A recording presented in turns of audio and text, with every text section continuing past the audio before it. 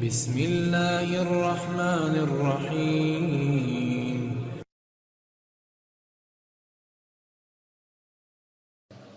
Baik, kira-kira orang yang bertanya, apa yang saya dapatkan kalau saya beristighfar? Yang pertama, akan dicatatkan pahala buat Anda sendiri. Karena istighfar ucapan yang tidak butuh energi banyak, hanya lisan dan bibir kita yang tergerakkan, ya, suara sedikit saja, tidak ada energi yang besar. Itu adalah ibadah yang besar pahalanya. Allah subhanahu wa ta'ala memerintahkan kita dan memerintahkan juga Nabi-Nya Muhammad sallallahu alaihi wasallam untuk beristighfar kepadanya. Allah berfirman di dalam surah Mu'min ayat 55, A'udzu billahi minasyaitonir rajim, fasbir inna wa'dallahi haqqun wastaghfir li dzambik wastaghfir li dzambika wasabbih bihamdi rabbika bil 'ashyi wal ibkar. Maka bersabarlah kamu, hai Muhammad dan pengikutmu, dalam melalui kehidupan dunia dengan segala macam cobaannya. Toh ada kehidupan akhirat yang akan abadi dengan nikmat. Karena sungguhnya janji Allah itu benar. Tidak ada kedustaan. Salat, puasa, zakat, bakti sama orang tua, bersedekah, zikir, doa, apa saja kerjakan, semua akan kau dapatkan hasilnya. Dan mohonlah ampunan untuk dosamu hai Muhammad, dan pengikutmu juga perintahkan mereka lakukan itu. Dan bertasbihlah seraya memuji Tuhanmu pada waktu pagi atau pada waktu petang dan juga pagi hari. Kemudian juga Allah mengatakan dalam surah Al-Muzammil ayat 20, A'udzubillahi minasyaitonir rajim, wastaghfirullah innallaha ghafurur rahim. Dan mohonlah selalu ampunan kepada Allah, istighfar. Sesungguhnya Allah Maha Pengampun lagi Maha Penyayang. Dan yang terakhir ayat Al-Quran adalah Al-Imran 133. Tentu ayat banyak sekali tapi saya singkatkan di sini karena khutbah Jumat. A'udzu billahi minasyaitonir rajim. Wasari'u ila magfirati min rabbikum wa jannatin arduha as-samawati wal ardu iddat lil muttaqin. Dan bersegeralah kamu kepada ampunan dari Tuhanmu dan kepada surga yang luasnya seluas langit dan bumi yang disediakan untuk orang-orang beriman. Yang kedua, saudaraku seiman, istighfar sebab utama datangnya rezeki. Allah menyebutkan dalam Al-Quran, ya, apa yang diucapkan oleh lisan nabinya yang mulia Nuh alaihissalam dalam surah Nuh ayat 10 sampai ayat 12. A'udzu billahi minasyaitonir rajim.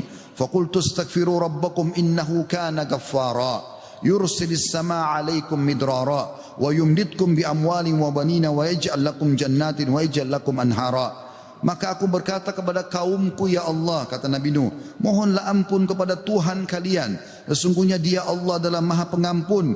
Niscaya dengan mohon ampun istighfar kalian itu, Dia Allah akan mengirimkan hujan kepadamu yang lebat, dan memperbanyak harta juga anak-anakmu, dan mengadakan untukmu kebun-kebun, dan mengadakan di dalamnya sungai-sungai. Juga dalam surah Hud ayat 52, Allah subhanahu wa ta'ala berfirman, A'udzu billahi minasyaitonir rajim, ya qaumi, Nabi Hud berkata alaihissalam, ya qaumi istaghfiru rabbakum thumma tubu ilaihi yursilis samaa 'alaikum midrara wa yazidkum quwwatan ila quwwatikum wa la tatawallaw mujrimin. Hai kaumku, kata Nabi Hud alaihissalam, banyaklah mohon ampunlah kepada Tuhan kalian dan bertobatlah kepadanya. Niscaya pasti dengan istighfar dan tobat kalian, Dia menurunkan hujan yang sangat deras atasmu. Maksudnya subur, hujan bukan mematikan tapi membawa berkah. Dan Dia akan menambahkan kekuatan kepada kekuatanmu. Fisikmu akan kuat, fikiranmu, jiwamu akan sehat. Dan janganlah kamu berpaling dengan berbuat dosa. Al-Qurtubi rahimahullah berkata tentang tafsir surah Hud ayat 52, di dalam ayat-ayat ini terdapat dalil bahwa istighfar digunakan untuk meminta rezeki dan hujan. Juga Ibnu Katsir berkata rahimahullah dalam tafsir beliau surah Hud ayat 25, jika kalian bertobat dan memohon ampunan kepada Allah serta kalian mentaatinya, niscaya Allah akan memperbanyak rezeki kalian, memberikan kalian minum dengan nikmat-nikmat langit, mengeluarkan untuk kalian nikmat-nikmat bumi, menumbuhkan untuk kalian tumbuh-tumbuhan, mengalirkan untuk kalian air, dan menjadikan untuk kalian kebun-kebun. Di dalamnya terdapat berbagai macam buah-buahan, dan Dia menyelingi di antara kebun-kebun tersebut sungai-sungai yang mengalir. Yang ketiga, saudaraku seiman, istighfar sebab masuk ke dalam surga. Sebagaimana kita sudah tahu bersama-sama, salah satu zikir pagi dan petang yang sangat dianjurkan adalah membaca Sayyidul Istighfar, tuannya istighfar, yaitu lafadznya sebagaimana dinukil dari Nabi SAW. Beliau mengatakan, Allahumma anta rabbi, la ilaha illa anta khalaqtani, wa ana abduka wa ana ala ahdika wa wa'dika mastata'tu, a'udhu bika min syarri ma sana'tu, abu'u laka bi ni'matika alayya wa abu'u bidzambi, faghfirli fa innahu la yakfirudz dzunuba illa ant. Yang artinya, ya Allah, sungguhnya Engkau adalah Rabbku, penciptaku. Tidak ada Tuhan yang berhak disembah kecuali Engkau. Engkaulah yang telah menciptakanku dan aku adalah hambamu. Aku senantiasa berada dalam perjanjian bersamamu. Maksudnya mentauhidkan Allah dan tidak bermaksiat. Dan aku yakin akan janjimu tentang pahala bagi orang mukmin semampuku. Aku berlindung kepadamu dari kejelekan yang aku perbuat. Aku mengakui nikmatmu kepadaku, serta aku mengakui dosaku. Oleh karena itu ampunilah aku, karena sungguhnya tidak ada yang mengampuni dosa kecuali Engkau. Kata Nabi SAW, siapa yang mengucapkan ini, man qalaha minan nahari mukinan, dia yakin, besok dia ucapkan di siang hari atau pagi hari dengan yakin dalam hatinya, famata min yaumihi, kemudian dia meninggal pada hari itu, qabla an yumsiya, sebelum tiba di sore hari, fahuwa min ahlil jannah, dia pasti masuk ke dalam surga. Wa man qalaha minal laili wa huwa muqinun biha, dan siapa ucapkan walaupun sekali saja di malam hari, famata, maka kemudian dia mati, qabla an yusbih, sebelum dia tiba pagi hari, fahuwa min ahlil jannah. Yang keempat, istighfar adalah sebab dihapuskannya dosa. Mohon maaf kalau sedikit panjang, saya minta waktu sekitar beberapa menit lagi. Kata ada berkata radhiyallahu rahimahullah, sesungguhnya Al-Quran menunjuki kalian tentang penyakit dan penyembuhannya, yaitu dosa adalah penyakit dan penyembuhannya adalah istighfar. Allah berfirman, a'udzubillahi minasyaitonirrajim, dalam surah Al-Imran 135, وَالَّذِينَ إِذَا فَعَلُوا فَاحِشَةً أَوْ ظَلَمُوا أَنفُسَهُمْ ذَكَرُوا اللَّهَ فَاسْتَغْفَرُوا لِذُنُوبِهِمْ وَمَنْ يَغْفِرُ الذُّنُوبَ إِلَّا اللَّهُ وَلَمْ يُصِرُّوا عَلَى مَا فَعَلُوا وَهُمْ يَعْلَمُونَ.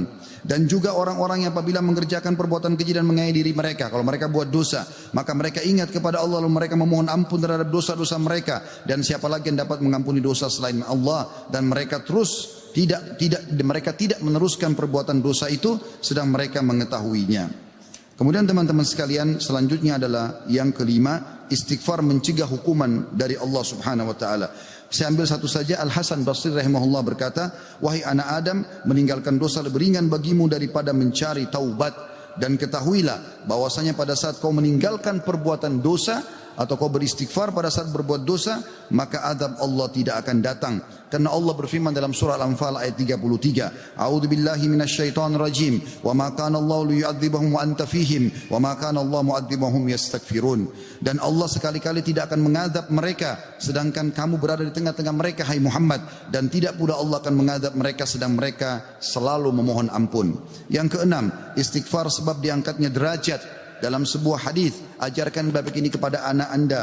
Dalam hadis riwayat Ahmad dengan sanad hasan, kata baginda Nabi SAW, Inna Allah Azza wa Jalla yarfa'ud darajati lil abdi salihi fil jannah, fayaqulu ya Rabbi anna li hadhihi, fayaqulu bistighfari waladika lak.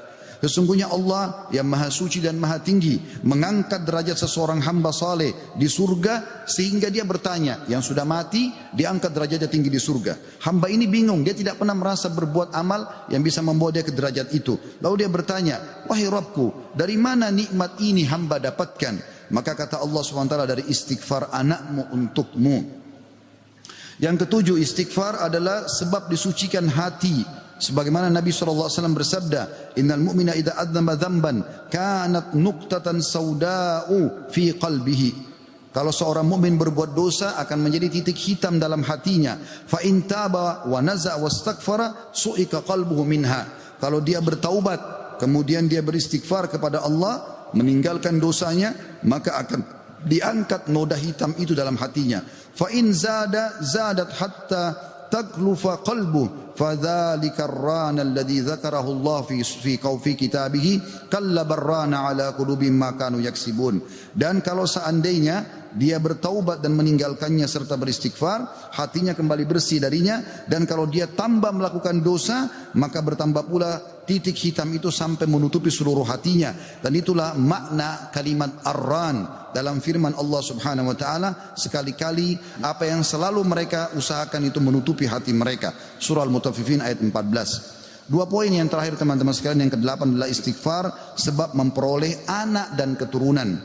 Dinukil dalam sebuah riwayat disebutkan oleh Abu Hanifah rahimahullah dalam musnadnya, bahwasanya seseorang datang mengeluh dari Jabir bin Abdullah radhiyallahu anhu, seseorang mengeluh kepada Nabi SAW lalu berkata, "Ya Rasulullah, ya sesungguhnya aku, orang semua punya anak tapi aku sendiri yang tidak punya anak."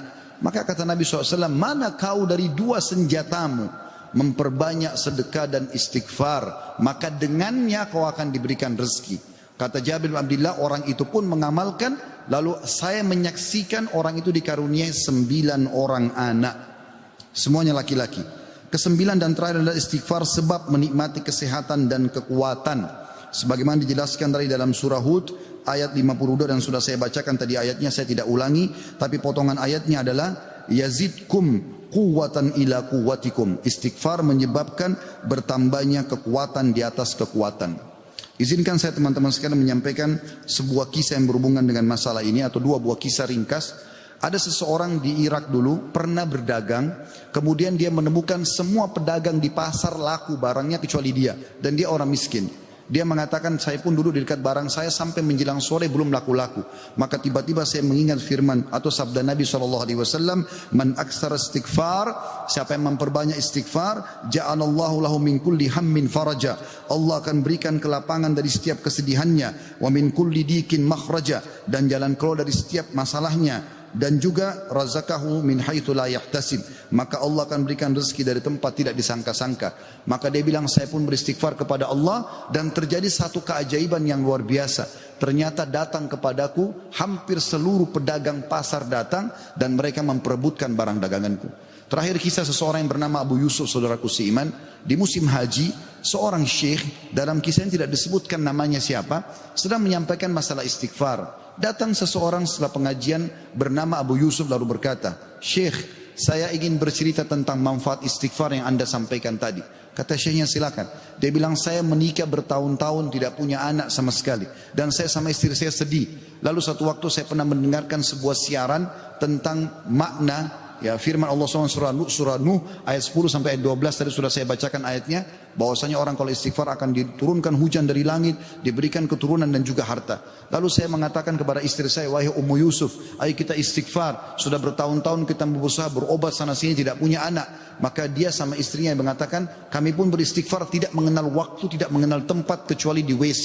Kita tidak baca di WC, di tempat tidur, di ruang makan, di halaman, selalu baca." Dan subhanallah, kata dia, "Syekh, bulan itu Ummu Yusuf hamil dan lahirlah Yusuf. Begitu selesai hamil lagi masa nifas, saya bilang, Ummu Yusuf, kita sudah bertahun-tahun tidak punya anak. Ayo kita istighfar kepada Allah untuk anak yang kedua." Kata dia, "Anda tahu Syekh, selesai nifas Ummu Yusuf hamil dan kami dapat lagi anak kedua. Dua-duanya laki-laki.